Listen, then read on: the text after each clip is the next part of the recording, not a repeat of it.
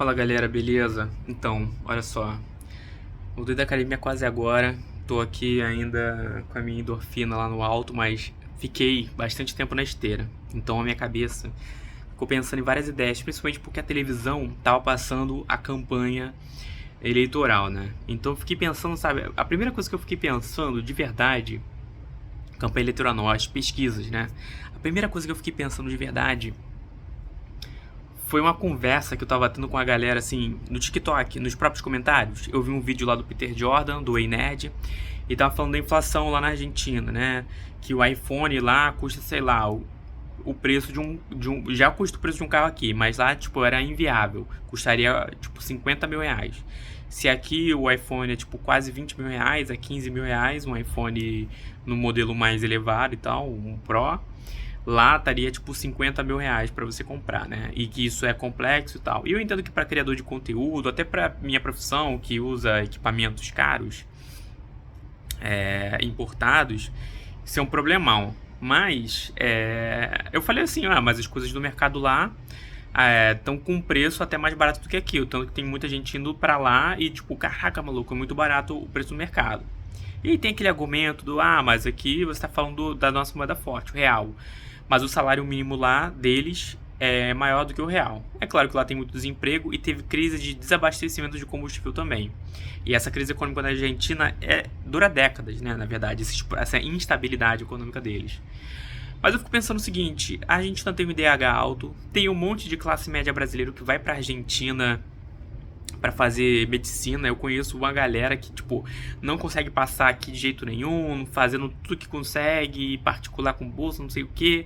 E aí, se for para pagar, sei lá, é mais barato você fazer lá na Argentina, né? Nas universidades lá públicas, né? Ou privada também, porque é bem mais barato fazer um curso de medicina lá e tem o Revalida e tal, que é um trâmite, mas vale a pena no custo-benefício. Então, tipo assim, tem muita gente que vai pra lá porque a graduação de lá é mais acessível e eu já critiquei diversos modelos de graduação aqui do Brasil também, né? Porque eu quero que seja viável e universal o melhor possível e sustentável, né? Pra ser ampliado. Mas olha, o que tem de gente de classe média que vai pra lá pra fazer esses cursos de medicina, sei lá, engenharia da vida também, doutorado, pô, não tá no gibi, né? E todo mundo que vai pra lá fala, nossa, que maneira a cultura, nossa, que país, a Buenos Aires, né? Pô, capital bem organizada. Até amigos meus que foram pro interior, pra cidadezinhas assim mais afastadas, falam, caramba, pô, uma cidade muito gostosa de morar e bem barata, assim, tipo, comprar mesmo. A ideia, a perspectiva de comprar um imóvel bem barato. E o IDH da Argentina é maior do que o Brasil. Mesmo com essas crises, ele continua sendo maior do que o Brasil, porque o IDH mede mais a qualidade de vida do que o PIB que o país produz, né? O Brasil é um país grande e muito rico, mas a gente tem muita desigualdade social, então isso faz com que o nosso IDH baixe. Então, quando você vai para um país que, por mais que também tenha desigualdade, crise econômica, mas tem o IDH um pouquinho mais alto, você consegue perceber a diferença, né? E aí eu fiquei pensando, cara, essa galera nos comentários ali, eu discuti bastante, mostrei até bastante dados, e eu percebi que isso até deixou o cara que estava discutindo, e ele estava tentando argumentar até de maneira séria, ele percebeu que, pô, ele ficou meio que, pô, realmente, ele não ficou realmente, mas eu percebi que ele parou de responder porque ele caiu a ficha de que a Argentina ainda tem um IDH melhor e essa qualidade de vida é perceptível, né? E aí eu fiquei pensando, cara, tem gente que vai preferir comprar um iPhone mais barato e ter a qualidade de vida pior, né? Tipo, e eu entendo um pouco dessa ideia porque de repente comprar um celular, um computador, você pode, sei lá, virar um cara famoso no TikTok, no influencer. Então, a chance de você explodir, vamos supor, a chance de você explodir, se tornar alguém muito rico, até relevante, com esses bens de consumo, né, parece ser maior. Então essa ideia é vendida para essa garotada nova, né, veja bem, né, veja bem, dos esquerdistas eu com certeza sou o mais liberal, né, e aí o que acontece? Essa galera não consegue perceber que vale muito mais a pena você, na média, ter uma vida muito mais, muito melhor, né? Não ter que sofrer tanto para ter uma alimentação de qualidade, fazer suas refeições, ter acesso à possibilidade de ter uma moradia, que essas coisas elas valem muito mais do que, sei lá, zerar imposto de eletrônico internacional. Embora você possa zerar não, você possa diminuir muito a carga tributária desses produtos importados que não são fabricados aqui no Brasil. Esse protecionismo, ele não arrecada, tipo, o suficiente para que valha a pena, né? Mas enfim, a questão é o seguinte: medidas econômicas que você pode fazer que para uma pessoa que tem uma visão mais liberal sejam ruins, tipo o governo congelar preço, ou fazer estoque, que, pô, pra gente teria sido uma mão na roda se o governo tivesse, né, feito aquele lance das entre-safras lá, que quando tá a oferta de, sei lá, de grãos muito maior, armazenar, comprar isso para fazer essa distribuição quando o preço ficou mais competitivo lá fora e tal, fazer esse balanço, né? Tem gente que prefere que deixe o mercado rolar e tudo mais, né? A galera mais liberal. E, tipo, você defender isso vendo que a sua qualidade de vida vai piorar, eu acho que isso é uma parada que, tipo, cara, eu não entendo, cara. Por que a galera insiste, tipo, a galera jovem, ela não consegue ter essa visão, né? E não é nem que a pessoa quer ser melhor do que os outros, é porque a pessoa que ela quer aquele sonho mesmo, né, entendeu? Cara, eu quero virar, sei lá, influencer, eu quero ser gamer, eu quero poder comprar o meu computador PC gamer. Ó, eu demorei um tempão pra poder ter um computador gamer de verdade. E quando eu tive, maluco, eu nem jogava, porque quando você trabalha, você fica cansado, entendeu? Tem até uma síndrome do PC gamer lá que o pessoal fala que você, depois que você monta, você não consegue, tipo, focar em um jogo só e tal. E é muito por causa disso, porque, tipo, agora que eu tenho dinheiro pra ter, eu preciso trabalhar e o trabalho me deixa cansado e eu não fico muito que jogando, né? Por isso que eu comprei o videogame, pra poder jogar mais casualmente de vez em quando, né? Que também é bom pra cabeça, né? Você esprairecer as ideias.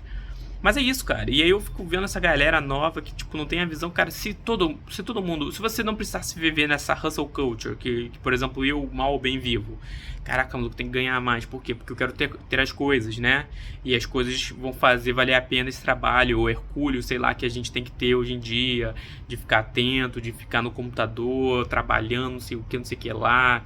E, pô, tem que gerar renda, porque eu quero viajar pro exterior. E viajar pro exterior é caro, eu quero ter uma casa mais confortável.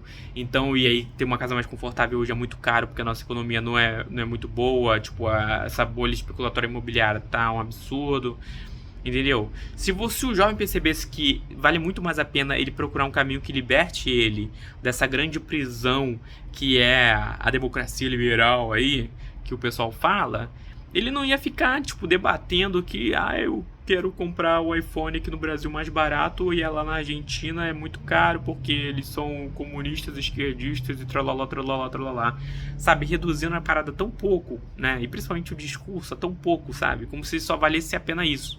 É o maluco que faz um ranking nos políticos que quanto mais liberal significa que é melhor, quanto menos ele gasta é melhor, entendeu? Não é pra reduzir essas coisas. E falando de política, que foi lá as pesquisas que eu tava vendo, eu vi o Cláudio Castro com a distância gigante, assim, na minha cabeça, pelo menos parece gigante, do Freixo, né? E eu percebo quanto tem essas figuras da esquerda, assim, elas conseguiram o ódio do popular médio, cara. E não era pra ser assim, entendeu? Não era pra pessoa ver um partido trabalhista, que a maioria das pessoas são trabalhadores, com carteira assinada ou não, a maioria daqui do nosso país são, né? Trabalhadores ou trabalhadores sem emprego.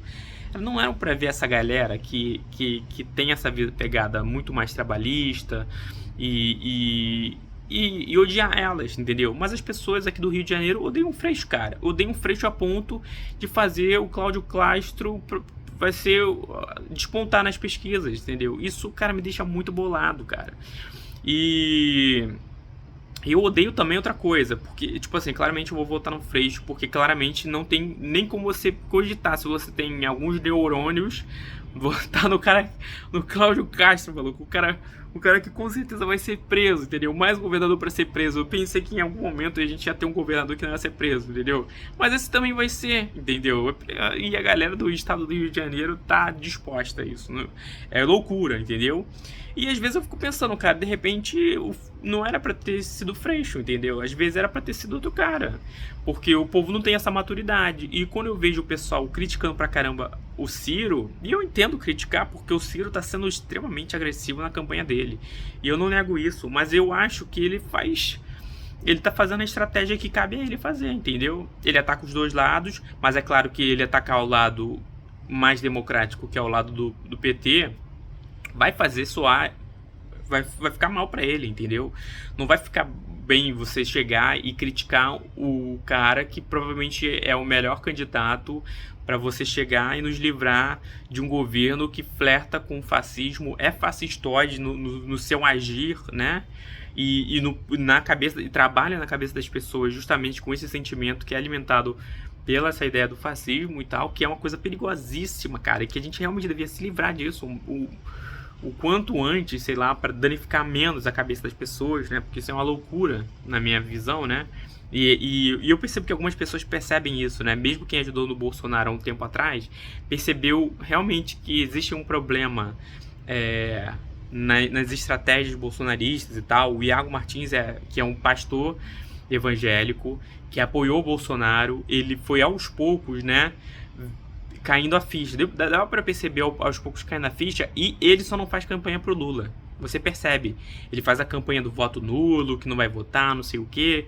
Porque se ele... E ele já tá dando o livro dele de graça, falando mal do bolsonarismo e tudo mais.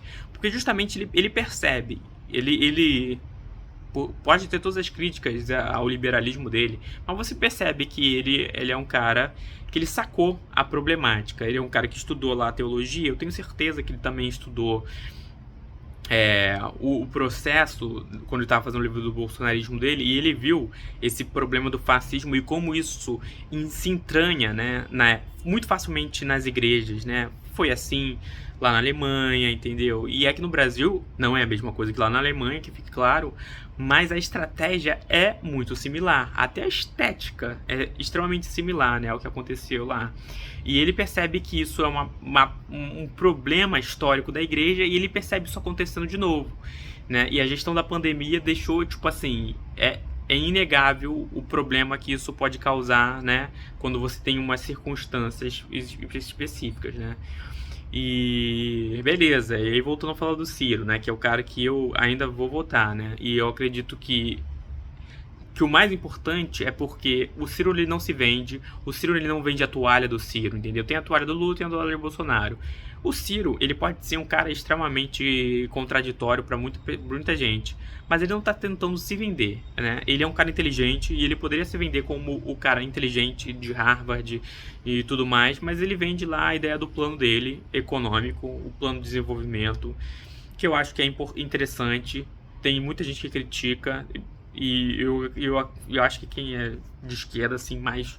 Enfim, é muito complexo, né? Pensar ser nacional desenvolvimentista, porque dependendo do que você acredita no marxismo, pode não ser maneiro, pode ser maneiro. Mas enfim, o que importa é o seguinte, ele fala muito mal do Lula, e isso deixa muita gente brava, porque ele usa muitos artifícios que o PT, inclusive, já usou com a Marina, né? Então, a Marina, eu ainda acho ela uma candidata que é muito exemplar. Eu acho que eu na época achei que ela fez o que ela tinha que ter feito. Por exemplo, quando ela apoiou o Aécio, vendo a problemática do Lula, eu acho que tinha sido um movimento político inteligente da parte dela. Hoje eu já repenso isso. E eu acho que o Ciro, ele só tem essa chance, entendeu? E ele tem que ser a terceira via. Então, cara, do mesmo jeito que eu falei que tem gente que odeia muito o Freixo, tem gente que odeia muito, muito, muito o Lula, entendeu? Que é intragável, sabe? E é muito louco porque eu vi um vídeo de um cara que era conservador. Desses conservadores aí que leem os livros, que não é Carla Zambelli, o conservador clássico, né? E tudo mais. E aí esse cara conservador clássico, ele falou muito mal do Bolsonaro. Ele falou várias paradas assim, criticando o Bolsonaro. E ele, inclusive, chegou e falou, olha, de repente, se o Lula fizer um parecido com o que ele fez no primeiro governo, se ele conseguir repetir, talvez o prejuízo nem seja muito grande. Ele ainda conseguiu entender, no pragmatismo conservador dele lá, que o Lula fez realmente um governo de centro e que, economicamente, o país foi muito bem. Teve teve as commodities e tudo mais, mas ele foi, tipo... comercialmente, relações exteriores, foi disparado muito melhor, incomparável com, sei lá, governos que vieram depois, principalmente o governo do Bolsonaro, que falou mal da China, que era o principal, nosso principal comércio aqui, né? E aí o que acontece? No final dessa crítica toda que eu vi, esse cara, né, falando, ele fala, mas Mas o PT não dá, e tem coisas que o Bolsonaro fez, saneamento básico, algumas reformas e tal, né? Ele até falou assim, o Bolsonaro nem fala disso. Nem fala disso porque isso não é nem muito relevante, qualquer governo faria isso, entendeu? O ódio ao PT dele faz com que ele fique cego. E eu fico pensando, cara, tem uma galera... Tipo, esse cara era um conservador clássico. Ele não era um zambelista da vida. E se esse cara não conseguiu enxergar isso, cara... Entendeu? Essa problemática que encobre, né, o Bolsonaro, cara...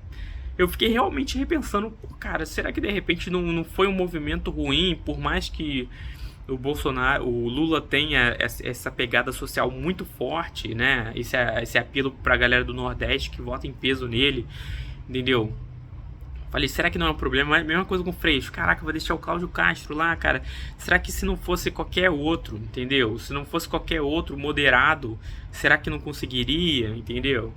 E eu fico pensando nisso. O Lula ainda lidera as pesquisas e olha, por mais que eu não pretenda votar nele no primeiro turno, que eu acredito no plano do Ciro, e eu acredito que o poder democrático, ele tem que me permitir votar em quem eu acho que é melhor. E se eu já não posso, eu já perdi. Se eu já não posso votar em quem eu acho que é o melhor e mais preparado, então já acabou a democracia, eu já perdi, entendeu? A gente tem que abaixar as armas e o bolsonarismo venceu por mais de 4 anos, se for esse caso, né?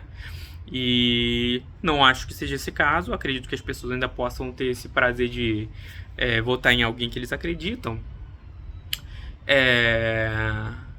Perdi o meu pensamento, mas a ideia é essa, né? De que fico realmente pensando, caraca, será que vale a pena insistir nessas figuras que tem muita rejeição aqui, né? Porque por mais que o Lula tenha saído do governo dele com uma aprovação altíssima lá, 80%, né? Caraca, com os escândalos que foram revelados, graças aos mecanismos que ele não aparelhou, né? Ao contrário do Bolsonaro. Cara, muita gente que até a vida provavelmente melhorou, deixou, né, de gostar e criou essa repulsa, né? Muito complexo, né? Mas não sei se também o Ciro teria esse poder todo, né? Talvez tivesse. Eu acho que ele tinha mais do que o Haddad, né? Mas, pô, não emplacou. Não sei mesmo, né? Agora é torcer, hope for the best, né? Mas, pelo menos aqui no governo do estado, eu acho que a nossa situação já é complexa, né? Torcer para que as coisas melhorem, né? E o Romário também tá ganhando, cara. Olha que... Ai, caraca, que doideira, né? Essas eleições. Doideira, né? É a vida, né? Então é isso, esse é o vídeo de hoje, cara. Falei muitas coisas aqui com o meu cérebro oxigenado. E aí, o que você acha? Comenta aí, né? O que você acha do Ciro? Você acha que ele deu um tiro no pé? Você acha que ele tá fazendo o jogo que é o jogo que tem que ser feito, né? O que você acha também do passado do PT, que afundou, né, a Marina, né? E até hoje, né, a coitada dela sofre. Ela tá concorrendo a São Paulo agora. E aí? É isso, galera. Esse é o vídeo de hoje. Tchau.